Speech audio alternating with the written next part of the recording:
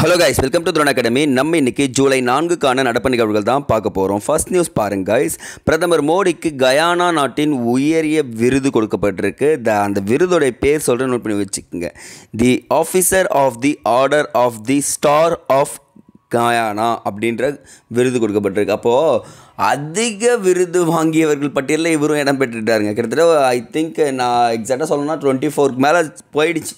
அப்போ இந்த விருதை யாருக்கு சமர்ப்பிக்கிறாருன்னா, இவர் 140 கோடி இந்திய மக்களுக்கு சமர்ப்பிக்கிறேன் அப்படின்னு சொல்லியிருக்காங்க. இந்த விருது நமக்கும் கிடைச்ச மாதிரி நம்ம நம்ப வச்சுக்கணுங்க. நெக்ஸ்ட்டு, நீதிபதி யஷ்வந்த் வர்மா பதவி நீக்க தீர்மானம் கொடுத்துருக்காங்க. எம்பிக்களிடம் விரைவில் கையொப்பம் சொல்லியிருக்காரு கிரண் ரிஜிஜு அப்படின்னு சொல்லக்கூடாது, ஞாபகம் வச்சுக்கோங்க. நாடாளுமன்ற மழைக்கால கூட்டத்தொடர் ஜூலை 21 முதல் தொடங்கி ஆகஸ்ட் 21 வரை நிறைவடைய உள்ளது. இதில் தான் இது தொடங்க போகிறாங்க. ஸோ அப்போது என்ன நடைமுறை அப்படின்னு பார்த்தீங்கன்னா, நீதிபதிகளுக்கு எதிரான விசாரணை நடத்துவதற்கான 1968ஆம் ஆண்டு சட்டத்தின்படி உச்சநீதிமன்றம் உயர்நீதிமன்றம் பதவி நீக்கம் செய்ய நாடாளுமன்றத்தின் இரு அவைகளும் தீர்மானம் கொண்டு வர வேண்டும்.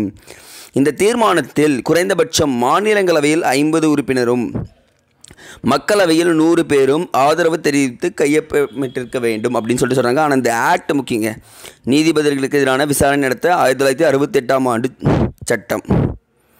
இதெல்லாம் கேட்குறதுக்கு வாய்ப்பு இருக்குங்க. நெக்ஸ்ட் ஒன்,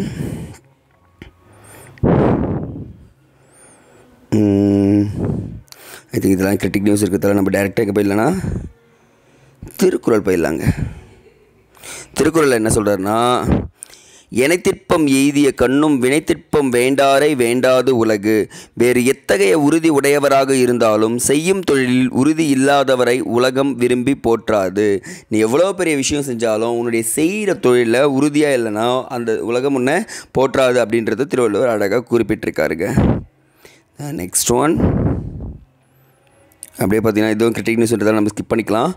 டைரெக்டாக எங்கே போயிடலான்னு பார்த்தீங்கன்னா, எஸ்ங்க, இந்த பாகிஸ்தானுக்கு மத்திய அரசு அனுமதின்னு கொடுத்துருக்காங்க.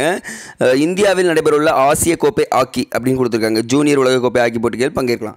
இதில் இந்த நியூஸ் மட்டும் நோட் பண்ணிக்கோங்க கைஸ், இதுதான் கேட்கறதுக்கு வாய்ப்பு இருக்குது. ஆசிய கோப்பை ஹாக்கி போட்டி பீகாரில் ஆகஸ்ட் செப்டம்பரில் நடந்துச்சு.